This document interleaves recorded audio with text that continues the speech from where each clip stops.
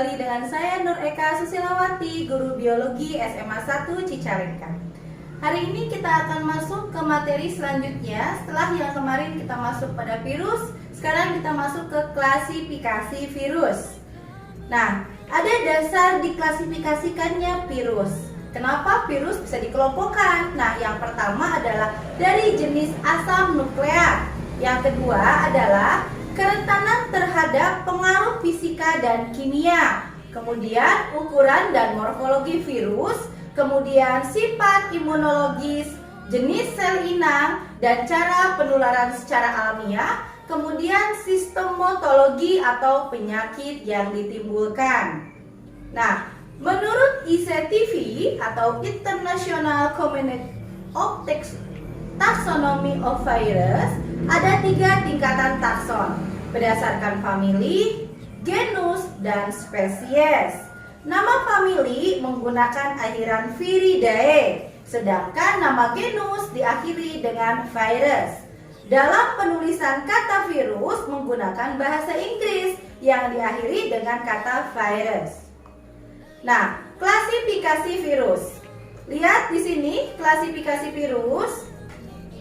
Yang pertama berdasarkan asam nukleat. Jadi virus di dalamnya genomnya itu materinya DNA ataukah RNA. Kemudian berdasarkan struktur partikel virus, berdasarkan jumlah kapsomer, berdasarkan ukuran dari virion dan kerentanan terhadap bahan-bahan yang melumpuhkannya.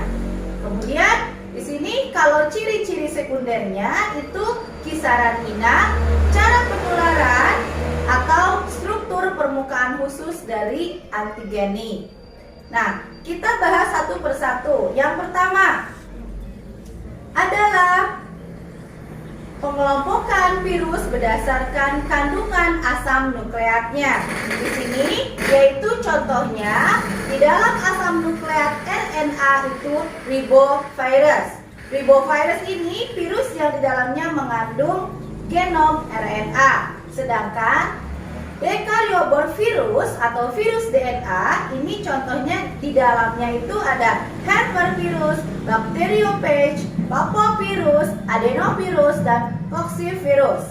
Sedangkan yang di dalamnya RNA itu ada TMT dan lain-lain. Kemudian kita lanjutkan kepada yang mengelompokkan yang kedua, yaitu pengelompokan virus berdasarkan bentuknya. Nah, di sini ada 3 macam. Yang pertama adalah bentuk isohedral, kemudian bentuk helikal, dan bentuk kompleks. Ya. Nah, untuk contoh dan bagaimana keterangannya kalian bisa lihat dan baca di layar yang nampak pada handphone atau PC kalian. Kita lanjutkan. Kemudian masuk ke dalam pengelompokan virus berdasarkan keadaan selubung yang menutupi nukleotidanya. Nah, kita lihat di sini virus berselubung dan virus telanjang. Virus berselubung, virus yang mempunyai selubung yang tersusun atas lipoprotein atau glikoprotein.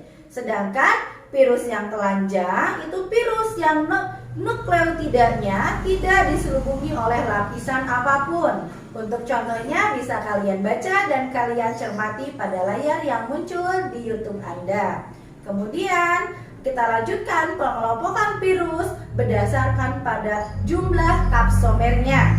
Di sini ada virus yang memiliki jumlah kapsomer 32, kemudian 252, 164, 172, dan 60 ya. Masing-masing contoh virusnya sudah Ibu berikan pada slide tersebut. Kita lanjutkan, yang terakhir adalah pengelompokan virus berdasarkan pada jenis penyakit yang dihasilkan atau nempelnya sel inang pada virus tersebut. Kita lihat di sini pengelompokan virus berdasarkan sel inangnya. Virus yang menyerang manusia, contohnya di sini hepatitis. Virus yang menyerang bakteri, contohnya virus T atau bacteriophage. Virus yang menyerang hewan, contohnya NCD. kemudian virus yang menyerang tumbuhan, contohnya TMV. Nah, itu adalah berbagai macam dasar pengelompokan. Kita lihat di sini ada contoh klasifikasi dan contoh bentuk dari virusnya. Yang pertama itu adalah spesiesnya human coronavirus yang sekarang sedang gencar-gencarnya, yaitu virus corona. Familinya adalah Coronaviridae. Genusnya Alpha coronavirus, spesiesnya human coronavirus, penyebab virus corona. Nah, selanjutnya masuk ke dalam klasifikasi virus dengan famili Poxviridae, genusnya Oxlopoxvirus, spesiesnya Variola virus, menyebabkan penyakit cacar. Dan yang terakhir adalah contoh familinya Picornaviridae, genusnya Enterovirus, contoh virus poliovirus, yaitu penyebab penyakit dari polio.